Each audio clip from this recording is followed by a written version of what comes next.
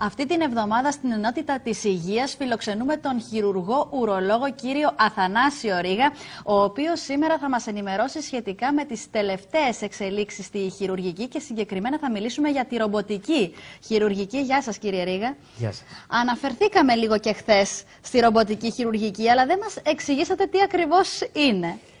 Ναι, η ρομποτική χειρουργική είναι στην ουσία μια καινούρια προσέγγιση στον τρόπο της χειρουργικής παρέμβασης. Δεν χρησιμοποιείται μόνο στην ουρολογία, χρησιμοποιείται εν γέννη στη χειρουργική. Υπάρχουν δηλαδή και επεμβάσεις γενικής χειρουργικής, κοιλιάς που γίνονται. Λόγω της πολύ μεγάλης λεπτότητος χειρισμών υπάρχει πολύ μεγάλη ένδειξη για τη ρομποτική χειρουργική σε καρδιοχειρουργικές επεμβάσεις. Και είναι πραγματικά η επανάσταση στον καινούριο τρόπο αντιμετώπισης των χειρουργικών περιστατικών. Ποια είναι η διαφορά με το κλασικό χειρουργείο? Η εμφανής στον ασθενή διαφορά, η ορατή διαφορά, είναι πως δεν υπάρχει τομή. Για να έρθω... Είναι πολύ σημαντικό και αυτό. Είναι πολύ σημαντικό, αλλά... Ιδιαίτερα στις γυναίκες θα έλεγα. Είναι πολύ σημαντικό, αλλά ξέρετε, πολύ σημαντικό είναι και το τι συμβαίνει κάτω από την επιφάνεια. Και λέω, ο ασθενής πάντα, ξέρετε, ο ασθενής πάντα βλέπει την τομή. Δηλαδή, μπορεί να έχει γίνει ένα τέλειο χειρουργείο, να υπάρχει μια υπερτροφική ουλή και να πει: έχω πρόβλημα με το χειρουργείο μου. Ενώ να έχει πάει εξαιρετικά. Τέλεια η χειρουργική επέμβαση. Αλλά ας γυρίσουμε στα ρομποτικά μας. Κοιτάξτε τι γίνεται. Στην ουρολογία συγκεκριμένα, ας μιλήσουμε, η απόλυτη ένδειξη είναι για τη ρομποτική, είναι στον καρκίνο του προστάτου, που η ρομποτική ριζική προστατεκτομή είναι η μέθοδος που εφαρμόζεται πλέον στην Αμερική, στην Ευρώπη και πια και στην Ελλάδα σε πάρα πολλά κέντρα. Εγώ σε συνέδρια και σε σεμινάρια που κάνουμε με αυτό το αντικείμενο, βλέπω συναδέλφους από το εξωτερικό, καινούριους συναδέλφους που πλέον δεν έχουν εκπαιδευτεί καν στο ανοιχτό χειρουργείο. Που σε ρωτάνε και σου λένε, επειδή εμείς έχουμε περάσει από τη διαδικασία του ανοιχτού χειρουργείου και μετά στο ρομποτικό κτλ. Και ίσως είναι καλύτερο γιατί έχουμε μια πλήρη εικόνα. Σου λένε πώς είναι ο προστάτης, δεν τον έχουμε πιάσει στο χειρουργείο, γιατί έχουμε μόνο την εικόνα από το ρομποτικό σύστημα. Στην ουσία λοιπόν στο ρομποτικό χειρουργείο ο ασθενής βλέπει ότι δεν υπάρχει τομή, γιατί κάνουμε κάποιες μικρές τρύπες, οι οποίες είναι της τάξης των 10 χιλιοστών. Είναι μία 5 χιλιοστά, 10 χιλιοστά, σκεφτείτε πόσο μικρές. Από εκεί περνάμε κάποια λαπαροσκοπικά και ρομποτικά εργαλεία. Σκεφτείτε τη λαπαροσκόπηση που γνωρίζουμε για τη χολοκυστεκτομή, παραδείγματος χάριν. Με αυτά τα εργαλεία μπορούμε και χειρουργούμε στο εσωτερικό, χωρίς να υπάρχει η εξωτερική τομή, το κόψιμο των κοιλιακών μειών κτλ. Και όλα αυτά που το πολύ όμως σημαντικό, και εκεί θέλω να επικεντρωθώ, είναι αυτό που συμβαίνει μέσα. Αυτό, η δυνατότητα δηλαδή που μας δίνει το ρομποτικό σύστημα. Στο ρομποτικό σύστημα δεν είναι ένα ρομπότ που χειρουργεί και αστειευόμενοι λέμε εμείς έλα να βγούμε να μπει το ρομπότ. Δεν είναι έτσι. Στην ουσία έχει τη δυνατότητα ο χειρουργός, όπως θα δείτε και στο βίντεο που το δείχνει πάρα πολύ ωραία, ο χειρουργός κάθεται σε μια κονσόλα, από την οποία αυτή η κονσόλα θα μπορούσε να μην είναι καν μέσα στην αίθουσα του χειρουργείου. Στην ουσία είναι μέσα στην αίθουσα σε μια γωνία του χειρουργείου. Χειρίζεται με πολύ απλό τρόπο κάποια joystick, κάποια χειριστήρια, που αυτά κάνουν έναν συνολικό χειρισμό του ρομποτικού συστήματος. Δηλαδή εγώ σαν χειρουργός έχω τη δυνατότητα να μετακινώ παράλληλα 2 ρομποτικούς βραχίονες και έναν τρίτο που τον έχω για στήριγμα, και υπάρχει φυσικά και ένας βοηθός χειρουργός που είναι δίπλα στον ασθενή, ο οποίος χειρίζεται την αναρρόφηση και κάποιες λαβίδες. Άρα στην ουσία εξαλείφεται το ότι εγώ πρέπει να συνεργάζομαι καλά με τους βοηθούς μου, γιατί εγώ έχω τον κεντρικό έλεγχο ως χειρουργός όλων των κινήσεων. Είναι πάρα πολύ σημαντικό, γιατί σκεφτείτε ότι στον καρκίνο του προστάτου χειρουργούμε, όπως έχουμε πει και στις προηγούμενες εκπομπές, βαθιά μέσα στην ανδρική πίελο, μέσα στη λεκάνη, χαμηλά στο βάθος από αυτή την οστέινη κοιλότητα. Πολύ χαμηλά θέλουμε να αφαιρέσουμε όλο τον προστάτη και να κάνουμε αναστόμωση της ουρήθρας με την κίστη. Άρα έχουμε πολύ περιορισμένο χώρο. Σκεφτείτε λοιπόν πόσο κακή οπτική υπάρχει όταν προσπαθούμε με ανοιχτό χειρουργείο να προσεγγίσουμε και να κάνουμε αυτούς τους χειρισμούς. Αντιθέτως, με το ρομποτικό χειρουργείο, επειδή γίνεται μέσω μιας οθόνης που υπάρχει τεράστια ψηφιακή μεγέθυνση, έχεις μια τέλεια οπτική, και αυτό είναι το βασικό πλεονέκτημα. Να τονίσω ότι είναι τρισδιάστατο, δηλαδή εγώ στην οθόνη που κοιτώ έχω αίσθηση βάθους, και αυτή είναι η βασική διαφορά τη λαπαροσκοπική. Δεν βλέπω δηλαδή σε 2 επίπεδα, αλλά όπως φυσιολογικά βρίσκομαι σε αυτό το δωμάτιο και μπορώ και προσανατολίζομαι τέλεια, μπορώ λοιπόν να βρίσκομαι μέσα στο ανθρώπινο σώμα, δίπλα ακριβώς στον προστάτη, δίπλα στην ουρήθρα, έχοντας τρισδιάστατη τέλεια όραση και κάνοντας zoom. Σκεφτείτε λοιπόν ότι εγώ μπορώ να πλησιάσω όσο θέλω, μπορώ να κάνω την ουρήθρα η οποία είναι πάρα πολύ μικρή, σαν ένας κορμός δέντρου, μπορώ να κάνω τα νεύρα της στήσεως, τα αγκία της στήσεως, τα νεύρα της ούρησης, να τα βλέπω, δομές δηλαδή το νευραγγειακό μίσχο που παλιά σκεφτόμαστε ότι είναι κάπου εκεί, τώρα πια πας ξέρετε, και τα βλέπεις, ακριβώς. τα βλέπεις μπροστά σου και τα παρασκευάζεις με απόλυτη ακρίβεια. Άρα, το ένα πολύ σημαντικό, όπως σε ό,τι και αν κάνουμε, είναι να βλέπουμε πάρα πολύ καλά. Το δεύτερο σημαντικό είναι ότι τα ρομποτικά εργαλεία, σε αντίθεση με τα λαπαροσκοπικά που κάνουν κίνηση σε δύο άξονες, έχουν τη δυνατότητα, αν εγώ κάνω το χέρι μου 360 μοίρες, το εργαλείο μέσα, ακριβώς το ψαλίδι μου, η λαβίδα μου που θα βάλω τη ραφή μου, κινείται ακριβώς σαν το χέρι του χειρουργού. Άρα σκεφτείτε ότι έχω δύο μικροσκοπικά, εξαιρετικά ακριβή εργαλεία, τα οποία τα κινώ τρισδιάστατα μέσα στον ασθενή. Όπως καταλαβαίνετε, αυτό είναι αυτό που εύχεται ο κάθε χειρουργός. Αυτή είναι η πολύ λύνει μεγάλη, τα χέρια ουσιαστικά. Κυριολεκτικά λύνει τα χέρια. Άρα το σημαντικό δεν είναι μόνο η τέλεια όραση, αλλά είναι και η λεπτότητα των χειρισμών που μπορεί να γίνει σε ένα πολύ, πολύ στενό περιβάλλον. Μπορούμε επομένως τις περιτονίες, δηλαδή τις μεμβράνες, τις αναστομώσεις που κάνουμε ουρήθρα με κίστη, τα νεύρα, τα αγκία να τα παρασκευάσουμε με τρομερά μεγάλη ακρίβεια. Έτσι, έχουμε το πολύ καλό ότι δεν υπάρχει καθόλου αιμορραγία, που στην ανοιχτή προστατεκτομή συνήθως μεταγγίζουμε με αίμα, δηλαδή θα είναι σε πολλές ρομποτικές ριζικές προστατεκτομίες είναι ζήτημα αν θα πούμε σε έναν ασθενή να μεταγγιστεί με μία μονάδα αίμα. Ενώ στην ανοιχτή προστατεκτομή, ριζική προστατεκτομή, συνήθως μία-δύο μονάδες είναι ο κανόνας, μπορεί να πάει και περισσότερες, επειδή υπάρχει ένα σύστημα που λέγεται deep dorsal vein, ένα κομμάτι αγκιακό που έχει πολύ μεγάλη αιμάτωση προς τον προστάτη και αυτό μπορεί να αιμορραγήσει. Στο ρομποτικό χειρουργείο όμως αυτό δεν συμβαίνει. Στο θέμα του καρκίνου του προστάτου, γιατί μιλάμε για το ρομποτικό χειρουργείο, για τον καρκίνο του προστάτου, έχουμε κάποιους στόχους. Ο πρώτος και ο βασικός στόχος, αυτό που εξηγούμε και στους ασθενείς μας, είναι ο ογκολογικός. Δηλαδή, εγώ θέλω ο ασθενής μου να έχει ξεπεράσει το πρόβλημα της κακοήθειας για την υπόλοιπη ζωή του. Αυτό είναι το ζητούμενο. Μετά θα έρθουν και άλλοι στόχοι, αλλά δεν πρέπει να ξεχνάμε ότι μιλάμε για κακοήθεια. Και δεν πρέπει να ξεχνάμε ότι μιλάμε για καρκίνο. Όταν λοιπόν μιλάμε για καρκίνο, εμένα τι με ενδιαφέρει, ο ασθενής μου να ζει τα υπόλοιπα χρόνια της ζωής του χωρίς να έχει ποτέ αυτό το πρόβλημα. Άρα, στο ογκολογικό κομμάτι, για τους λόγους που σας περιέγραψα, η ρομποτική ριζική προστατεκτομή έχει εξαιρετικά αποτελέσματα, ακριβώς γιατί μπορείς και παρασκευάζεις τον προστάτη μέχρι την κάψα του τέλεια, τον αποκολλάς από το έντερο, γιατί είναι ακριβώς κολλημένος δίπλα στο έντερο, άρα μπορείς να πας σε πολύ έξω όρια και να εξασφαλίσεις την πλήρη και τη ριζική αφαίρεση του προστάτη. Πέρα όμως από το ογκολογικό αποτέλεσμα που είναι ο βασικός μας στόχος, όπως είπαμε, υπάρχουν μετά και κάποιοι άλλοι στόχοι. Αυτοί οι στόχοι έχουν να κάνουν με την ποιότητα ζωής του ασθενούς και μπορεί άμεσα να μην το αναζητεί κάποιος, αλλά όταν περάσει λίγος καιρός, 1 μήνας, 2 μήνες, 6 μήνες μετά το χειρουργείο και πια ξεπεράσει την αγωνία και δει ότι είναι καλά, ότι το πίεση είναι καλά, αυτός ο άνθρωπος θέλει να ουρεί καλά, δηλαδή να μην έχει ακράτεια ή να μην έχει προβλήματα στην ούρηση και θέλει να έχει και αισθητική λειτουργία, να μπορεί να λειτουργεί φυσιολογικά σαν άντρας. Το πολύ μεγάλο καλό με τη ρομποτική προστατεκτομία, ακριβώς επειδή υπάρχει αυτή η λεπτότητα χειρισμών και αυτή η τέλεια όραση, είναι πως μπορούμε προφυλάσσοντας το σφικτήρα, κάνοντας μια πολύ καλή αναστόμωση μεταξύ της κίστος και της ουρήθρας, είναι ίσως λίγο τεχνικά θέματα, αλλά έχουν πολύ μεγάλη σημασία, παρασκευάζοντας και διαφυλάσσοντας τα αγκία και τα νεύρα της στήσεως και της ούρησης, να καυχηθούμε ότι μετά έχουμε πολύ καλό λειτουργικό αποτέλεσμα. Άρα είμαστε πολύ κοντά στο στόχο που θέλουμε να περάσει όσο πιο αλόβητος γίνεται ένας ασθενής από αυτή τη διαδικασία που έχει πολλά οργανικά και ψυχολογικά επακόλουθα.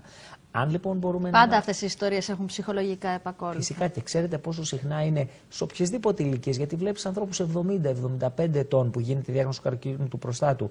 Έχουμε ασθενείς 50 ετών, 55 ετών που κάνουν βιοψία, είναι νεότατοι, δουλεύουν, είναι σεξουαλικά ενεργείς. Και σε αυτόν τον άνθρωπο όχι μόνο μπαίνει η σφραγίδα καρκίνος στο μυαλό του που έχει τόσο πολύ κακά αποτελέσματα, αλλά μετά πρέπει να ζήσει και μια ζωή με τα αποτελέσματα της επεμβάσεώς μας, που ναι μεν είναι σωτήρια πολλές φορές. Ξέρετε, παλιά λέγανε είχε πρόβλημα στο νεφρό, έγινε νεφρεκτομή, είναι καλά. Τώρα δεν μας αρέσει να βγάλουμε τον νεφρό.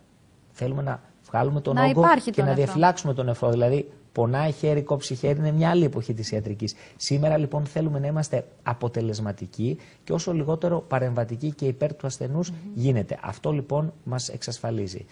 Όλα αυτά, επομένως έχουμε έναν άνθρωπο που θα έρθει, θα είναι ασφαλής, θα γίνει με αποτελεσματικό το χειρουργείο, θα μείνει μέσα στο νοσοκομείο 2 ή 3 μέρες. Θα επανέλθει μετά γρήγορα, δεν θα κάτσει δηλαδή μία εβδομάδα στο νοσοκομείο. Πολύ σημαντικό. Δεν θα έχει την τομή και ο καθετήρας στην ανοιχτή προστατεκτομή, επειδή η αναστόμωση γίνεται με διακεκομένες δραφές, γιατί δεν μπορούμε να προσεγγίσουμε να την κάνουμε διαφορετικά. Ο καθετήρας μένει 15-20 μέρες. Στη ρομποτική μένει 5 μέρες.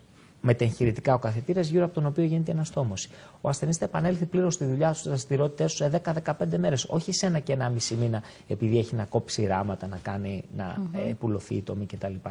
Και φυσικά, αν μπορέσουμε να πετύχουμε να ζήσει και την υπόλοιπη ζωή του έχοντας καλή στήση, ουρώντας φυσιολογικά και έχοντας νικήσει και την κακοήθεια, τι άλλο πρέπει να ευχηθούμε. Σε ποιες άλλες παθήσεις του ουροποιητικού μπορεί να εφαρμοστεί η ρομποτική χειρουργική? Πολύ σωστά, γιατί συχνά είναι συνυφασμένη στο μυαλό και των ασθενών και των γιατρών με τον καρκίνο του προστάτη. Όμως, όπως είπαμε, είναι μια χειρουργική μέθοδος στην ουσία. Ακριβώς, μπορεί να αντιμετωπίσει πολλά. Έχουμε παραδείγματος χάρη ασθενείς που έχουν ευμεγέθης κίστης νεφρού. Έχουμε κάνει πολλά περιστατικά που ασθενείς έχουν σκεφτεί ότι ο νεφρός είναι 10 με 11 εκατοστά. Αν αυτός ο νεφρός έχει μια μονήρη κίστη, άλλα 11 εκατοστά, δηλαδή άλλο ένα νεφρό, αυτό παλιά θα γινόταν με ανοιχτό χειρουργείο. Τώρα πηγαίνουμε με το ρομποτικό σύστημα, αφαιρούμε την κίστη και ο νεφρός είναι τέλειος.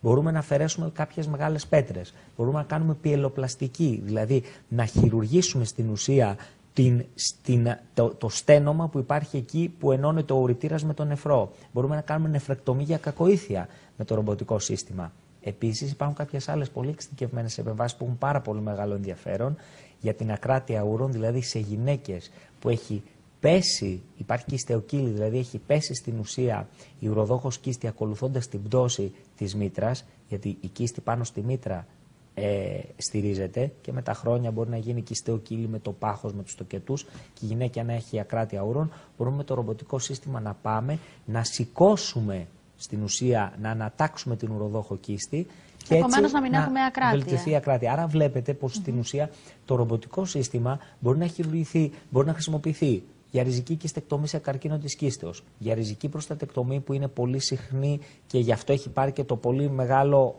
όγκο και επειδή έχει όλα αυτά τα λειτουργικά θέματα που συζητήσαμε πριν, υπερτερεί τρομερά το ρομποτικό σύστημα και έχει την απόλυτη ένδειξη σε παθήσεις των νεφρών, σε λιθίαση, σε καρκίνο του νεφρού, ακόμη και σε χειρουργία. Συνάδελφοι γυναικολόγοι κάνουν επεμβάσεις για κίστης, για εινομιώματα, για γυναικολογικά θέματα και φυσικά γενική χειρουργική πολλές επεμβάσεις.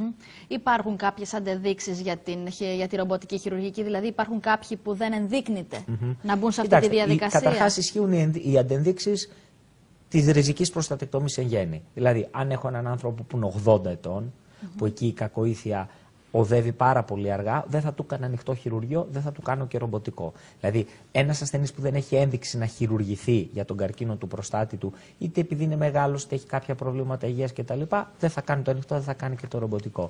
Ειδικά για το ρομποτικό χειρουργείο, επειδή όπως σας είπα στην ουσία τι κάνουμε, μέσα από αυτές τις τρυπούλες φουσκώνουμε την κοιλιά, δηλαδή κάνουμε πνευμοπεριτόνεο, διωγγώνουμε την κοιλιά για να μπορέσουμε να φτάσουμε να κάνουμε την επέμβαση. Ασθενείς που έχουν κάνει προηγούμενα χειρουργία στην κοιλιά και έχουν μέσα πάρα πολλές συμφίσεις, δηλαδή δεν είναι ενιαία η κοιλιακή κοιλότητα, αλλά έχουν χειρουργηθεί κάποιες φορές και μέσα η κοιλιά είναι πολύ ταλαιπωρημένη, μπορεί να μην μπορούμε να κάνουμε το ρομποτικό ή μπορεί να ξεκινήσουμε με αυτόν τον τρόπο και να αναγκαστούμε στην πορεία να το μετατρέψουμε, να κάνουμε ένα συνδυασμό ρομποτικού και ανοιχτού χειρουργείου.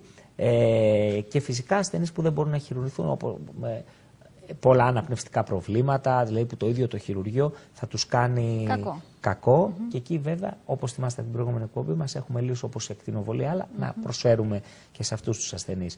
Άρα, στην ουσία είναι η ομάδα των ασθενών που θα κάνανε το ανοιχτό χειρουργείο, οι οποίοι θα ωφεληθούν από τα καλά του ρομποτικού χειρουργείου. Πιστεύετε ότι η ρομποτική χειρουργική θα αντικαταστήσει κάποια στιγμή, θα υποκαταστήσει όλες τις υπόλοιπες μεθόδους ή πάντα θα συμβαδίζει με αυτές? Η ερώτηση σε χρόνια εννοείται. Ναι, είναι πάρα πολύ σωστό.